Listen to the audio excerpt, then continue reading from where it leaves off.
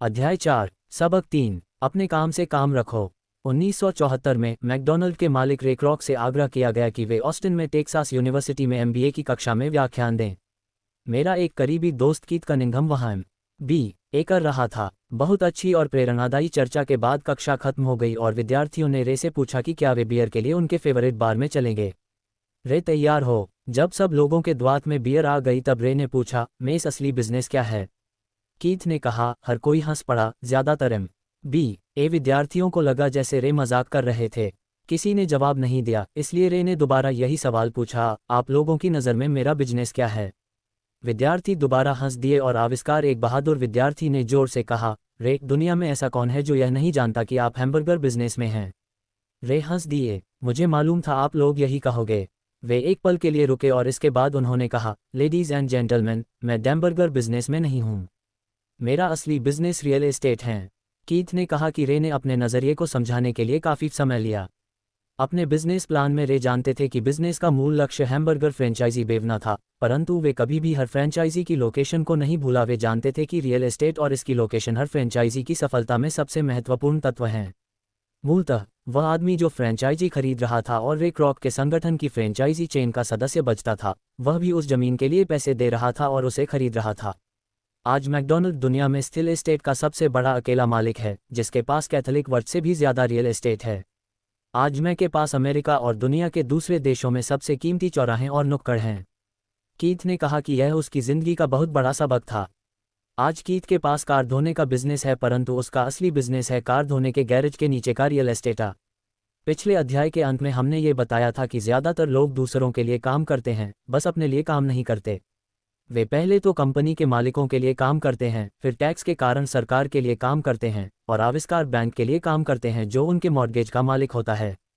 जब हम छोटे थे तो हमारे आसपास मैकडॉनल्ड का कोई फ्रेंचाइजी आउटलेट नहीं था, परंतु मेरे अमीर डैडी ने माइक और मुझे वही सबक सिखा दिया था जो टेक्सास यूनिवर्सिटी में रे क्रॉक ने सिखाया था। यह अमीरों का रहस्य नंबर 3 है।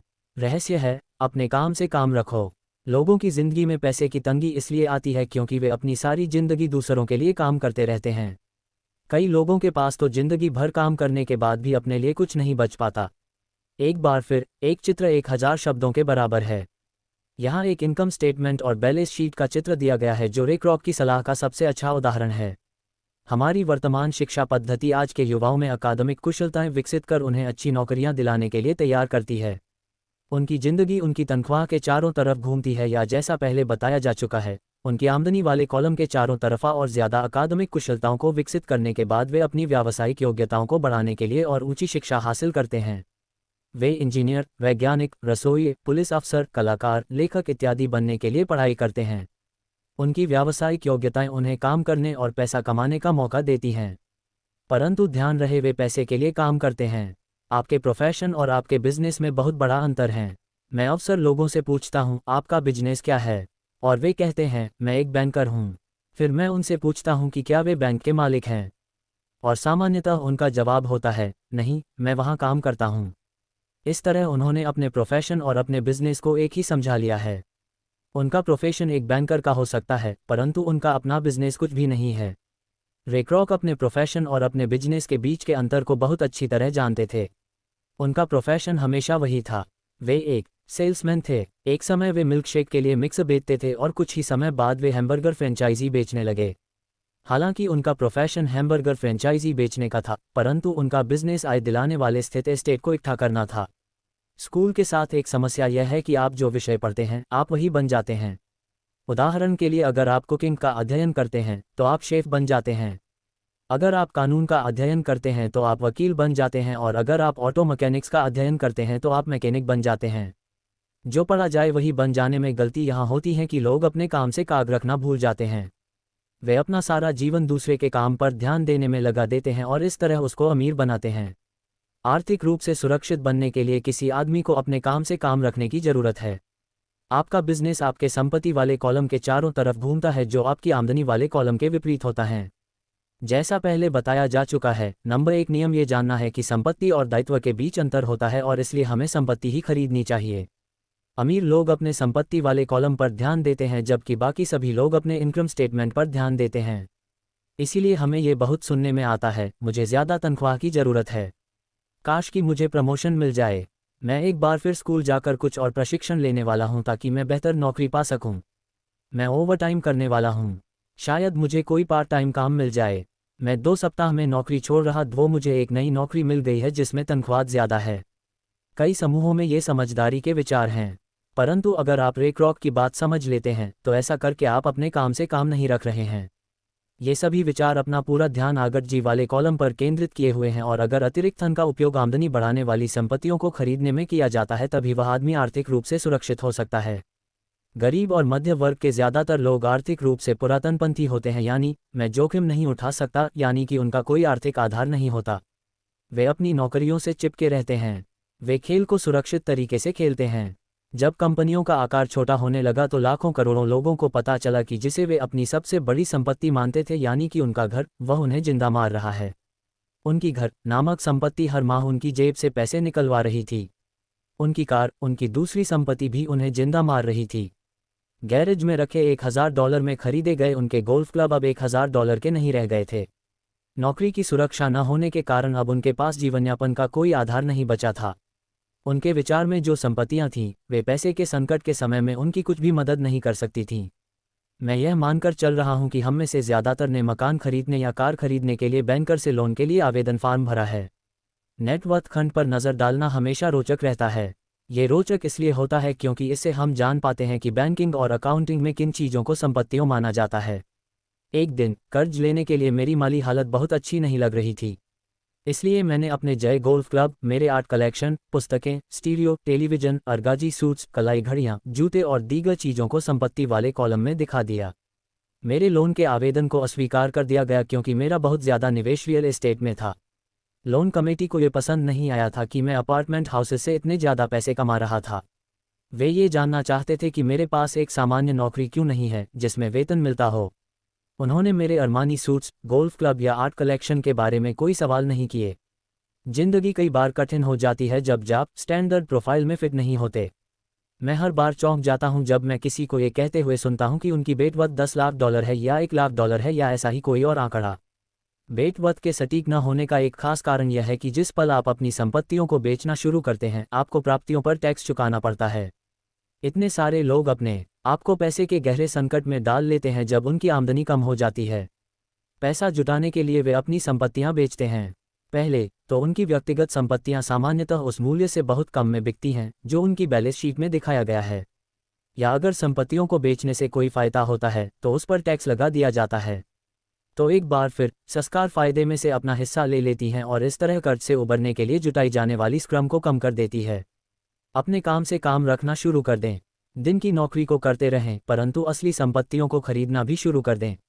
परंतु ऐसे दायित्वों या व्यक्तिगत चीज़ों से बचें जिनकी कीमत एक बार घर लाने पर कम हो जाए। आप जिस क्षण एक नई कार शोरूम से बाहर ले जाते हैं, उसकी कीमत 25% कम हो जाती है। ये सच्ची संपत्ति नहीं है, हालांकि आपके बैंकर भी इसे संपत्ति मानते हैं। मेरा $400 का नया टाइटेनियम ड्राइवर्स खरीदने के कुछ ही मिनटों बाद $150 मूल्य का हो गया था। वयस्कों के लिए यही सही है कि अपने खर्च कम कर लें, अपने दायित्वों को घटा लें और मेहनत से ठोस संपत्तियों का आधार बना लें। उन युवा लोगों को जिन्होंने अभी घर नहीं छोड़ा है, ये सिखाया जाना चाहिए कि संपत्ति और दायित्व के बीच क्या फ़र्क होता है। घर छोड़ने से पहले ही उन्हें संपत्ति वाले कॉलम को बनाने की प्रेरणा दी जानी चाहिए। इसके पहले कि वे घर छोड़ें, शादी करें, घर खरीदें, बच्चे पैदा करें, खतरनाक आर्थिक स्थिति में फंसे, नौकरी को कसकर पकड़े रखें और हर चीज़ को उधार खरीदें। मैं बहुत सारे युवा दंपतियों को देखता हूं जो शादी कर लेते हैं और अपने आप को एक ऐसे जाल में फंसा लेते हैं जिससे वे अपनी नौकरी के बहुत सालों तक सारल से बाहर नहीं निकल पाएंगे। जब आखिरी बच्चा घर छोड़कर चला जाता है, तब ज़्यादातर लोगों को यह एहसास होता है कि उन्होंने रिटायरमेंट की पर्याप्त तैयारी नहीं की है और वे थोड़ा पैसा अलग रखना शुरू कर देते हैं। फिर उनके अपने मम्मी डैडी बीमार हो जाते हैं और उन पर नई जिम्मेदारियां आ जाती हैं। तो मैं आपको या आपके बच्चों को किस तरह की संपत्तियों के संग्रह की प्रेरणा दे रहा हूं? मेरी दुनिया में असली संपत्तियां कई तरह की होती हैं। एक, ऐसे बिजनेस जिनमें मेरे होने की ज़रूरत ना हो। मैं उनका मालिक जरूर हूं, परंतु उन्हें दूसरे लोग चलाते हैं। अगर मुझे वहां काम करना पड़े तो ये बिजनेस नहीं होगा, राह मेरी नौकरी होगी। 2, स्टॉक। 3, बॉन्ड। 4, mutual fund. 5, आमदनी देने वाला रियल एस्टेट। 6, notes IOU। 7, बौद्धिक संपदा जैसे संगीत, पटकथा, पेटेंट इत्यादि से मिलने वाली रॉयल्टी। 8, और ऐसी हर चीज़ जो कीमती है, जो आमदनी देती है और जिसका मूल्य बढ़ जाता है और जिसका बाजार तैयार है। जब मैं एक छोटा बच्चा था तो मेरे पढ़े लिखे डैडी ने मुझे एक सुरक्षित नौकरी ढूंढने की सलाह दी। दूसरी तरफ मेरे अमीर डैडी ने मुझे ऐसी संपत्तियों को इकट्ठा करने की सलाह दी जिन्हें मैं पसंद करता था। अगर तुम इन्हें पसंद नहीं करते होगे तो तुम इनका ध्यान नहीं रख पाओगे। मैं रियल एस्टेट इसलिए इकट्ठा करता हूँ क्योंकि मुझे इमारतों और ज़मीन से प्यार है। मैं उनके लिए शॉपिंग करना भी पसंद करता हूँ। मैं सारा दिन उनको निद्वार सकता ही जब समस्याएं आती हैं तो समस्याएं उतनी बुरी नहीं होती कि उनके कारण रियल एस्टेट के लिए मेरा प्यार कम हो जाए। ऐसे लोग जो रियल एस्टेट से नफरत करते हैं उन्हें इसे नहीं खरीदना चाहिए। मुझे छोटी कंपनियों के स्टॉक से भी प्रेम है, खासकर नई कंपनियों के स्टॉक से। इसका कारण यह है कि मैं एंटरप्रेन्योर हूँ, न कि कोई कॉर्पोरेट व्यक्तिता। मेरे शुरुआती सालों में मैं बड़े संगठनों में काम कर चुका हूँ, जैसे कैलिफोर्निया के स्टैंडर्ड में यूएस मरीन कॉम्स और ज़ेरॉक्स कॉरपोरेशन में। मैंने इन संगठनों में बिताए समय का मजा लिया है और मेरे पास कई सुखद यादें हैं, परंतु भीतर से मैं कंपनी में काम करने वाला आदमी नहीं है। मुझे कंपनी शुरू करना अच्छा लगता है, परंतु उन्हें चलाना मुझे उतना अच्छा नहीं लगता। इसलिए मैं जो शेयर खरीदता हूँ वे भी सामान्यतः छोटी कंपनियों के होते हैं और कई बार तो मैं कंपनी शुरू करता हूँ और उसे सार्वजनिक बना देता हूँ। नए स्टॉक के शेयर में किस्मत चमक सकती है और मुझे ये खेल पसंद है। कई लोग कम पूंजी वाली कंपनियों से डरते हैं और उन्हें खतरनाक कहते हैं और वे खतरनाक हैं भी, परंतु स्वतः हमेशा कम हो जाता है। अगर आप निवेश से प्रेम करते हैं, उसे समझते हैं और खेल को अच्छी तरह से जानते हैं। छोटी कंपनियों के साथ गहरी रणनीति यह होती है कि एक साल में अपने शेयर बेच दिए जाएं। दूसरी तरफ मेरी स्थिर एस्टेट की रणनीति छोटी प्रॉपर्टी से शुरू करने की होती है। फिर मैं उस छोटी प्रॉपर्टी को बेचकर उससे थोड़ी बड़ी प्रॉपर्टी ले लेता हूं और इस तरह अपने फ़ायदे पर टैक्स चुकाने से बचता रहता हूं। इससे प्रॉपर्टी की वैल्यू में नाटकीय बढ़ोतरी होती है। मैं सामान्य तौर पर रियल एस्टेट को 7 साल से कम समय अपने पास रखता है। वर्षों तक जब मैं मरीन कॉम्स और ज़ेरॉक्स में था तब भी मैंने वही किया जो मेरे अमीर डैडी ने मुझे सिखाया था। मैं अपनी दिन की नौकरी करता था, परंतु मैं अपने काम से काम भी रखता था। मैं अपनी संपत्ति वाले कॉलम में कुछ न कुछ करता रहता था। मैं रियल एस्टेट और छोटे स्टॉक्स की खरीद फरोख्त भी करता था।